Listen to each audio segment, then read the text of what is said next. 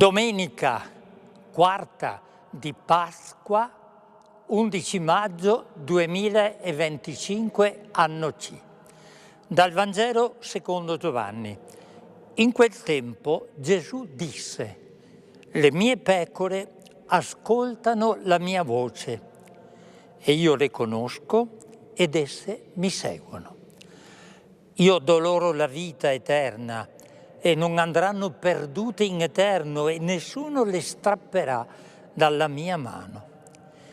Il Padre mio che me le ha date è più grande di tutti e nessuno può strapparle dalla mano del Padre. Io e il Padre siamo una cosa sola». Ho visto in questi giorni alla televisione tante persone che si mettono in fila per entrare nella Basilica di Santa Maria Maggiore perché desiderano portare un ultimo saluto a Papa Francesco. Sono tantissimi, di tutte le età e provenienti da tutto il mondo.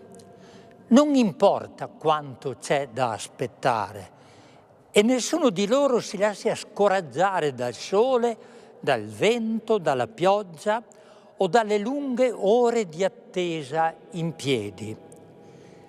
E questo testimonia lo straordinario legame che Papa Francesco ha saputo instaurare con la sua gente, con chi si affida ai maestri, solo se questi, diceva Paolo VI, sono testimoni veri di Gesù.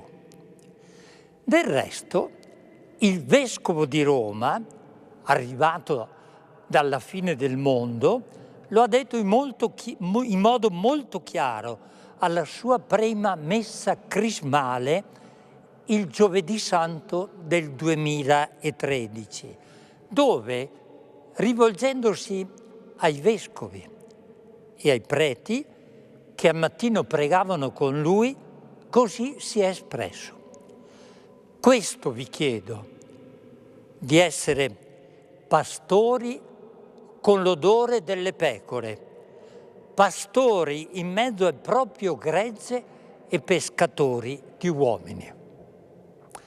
Anche perché il popolo di Dio distingue molto bene la guida che emana il profumo della vanità o della ricerca del prestigio personale dal pastore che si cala in mezzo alla sua gente e spende tutta la sua vita per donare loro la presenza del Signore Gesù, il vero pastore, che è una sola cosa con il Padre, come abbiamo sentito dal Vangelo appena letto.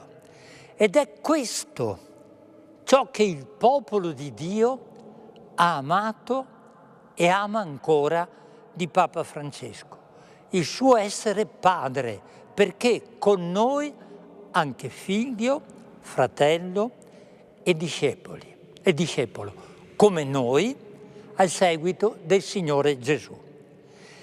Nessuno, abbiamo appena sentito, dice il Vangelo di San Giovanni, può strappare dalla mano del buon pastore le sue pecore. Chi ascolta la sua voce e chi cammina come discepolo al seguito del Signore Gesù entra nel mistero della misericordia di Dio nostro Padre, che Francesco ha annunciato per tutto il tempo del suo ministero petrino. E ora che Papa Francesco è entrato nella casa del Padre, la gente desidera consegnargli un ultimo saluto, un ennesimo grazie per tutto ciò che è stato per noi e con noi.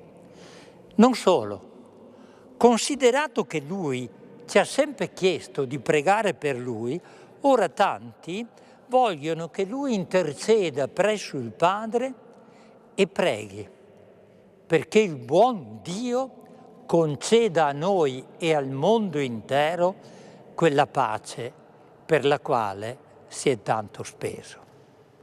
Pensavo in questi giorni, che differenza dai tanti, troppi potenti che oggi nel nostro mondo hanno il forte odore del potere, dell'arroganza, della voglia di guerra, unito al desiderio di dominare e di sottomettere qualunque forma di dissenso, di critica e di opposizione. Non abbiamo mai avuto un mondo così fortemente segnato da capi di Stato amanti di guerre, di violenza e bisognosi di conquiste territoriali anziché di servire i reali bisogni delle persone. Non c'è bisogno di fare nomi dietro questa terza guerra mondiale a pezzi, per usare la felice espressione di Papa Francesco. Ci sono oggi governanti incapaci di sottomettersi alle regole della democrazia e sempre più assetati di potere, di vittoria e di vendetta contro quanti sono stati inseriti nella loro lista di nemici. Sono piccoli uomini di potere, disposti a restare nei libri della storia non per aver migliorato il genere umano, ma perché hanno impoverito, ucciso e fatto morire di fame popolazioni intere. Per parlare chiaro, i crimini di Hamas devono essere denunciati senza sconti. Allo stesso tempo, però, va anche detto che impedire l'aiuto di ingressi di aiuti umanitari nella striscia di Gaza è scelta ignobile, imperdonabile e criminale. C'è un'enorme differenza, dicevo, tra il buon pastore che dà la vita per le sue pecore e i mercenari, ladri o briganti che usano le pecore di Dio perché convinti che così facendo diventano grandi. Quanta differenza tra il Signore Gesù che ci pone nella mano del Padre perché nessuno di noi si perda e venga reso grande il suo regno, che è regno di amore, di pace, di giustizia e di perdono. Quanta differenza tra questo pastore da quanti impongono leggi e leggine perché illusi che il loro operato possa, con la forza degli eserciti, rendere grande un paese o una nazione.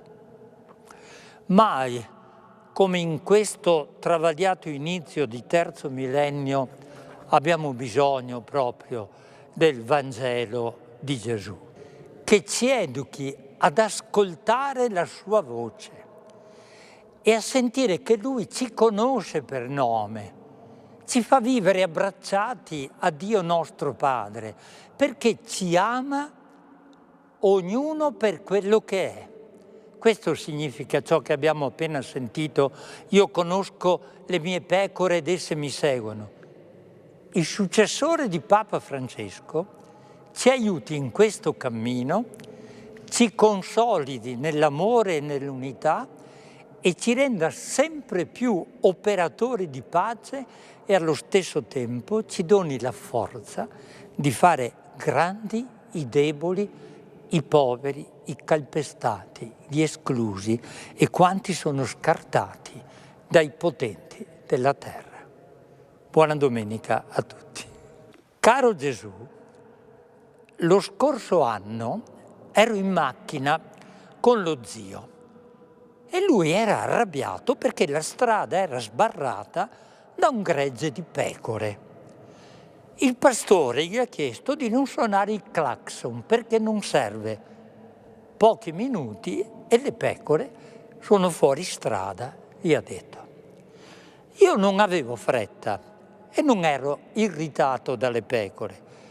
Mi piaceva vedere come il pastore si faceva aiutare dai suoi 2 grossi cani per condurre tutte le pecore al pascolo. Se una di loro si allontanava dal gruppo, subito il cane la andava a prendere per riportarla con le altre lontano dal pericolo. E mentre mi godevo lo spettacolo, pensavo a te, Gesù, che con noi sei il pastore buono che ci guidi e ci tieni lontano dai pericoli. Gesù, aiutami ad ascoltare sempre la tua parola e dammi la forza di seguirti sempre. Grazie, Gesù. Aiuta, guida e benedici il nuovo Papa. Grazie.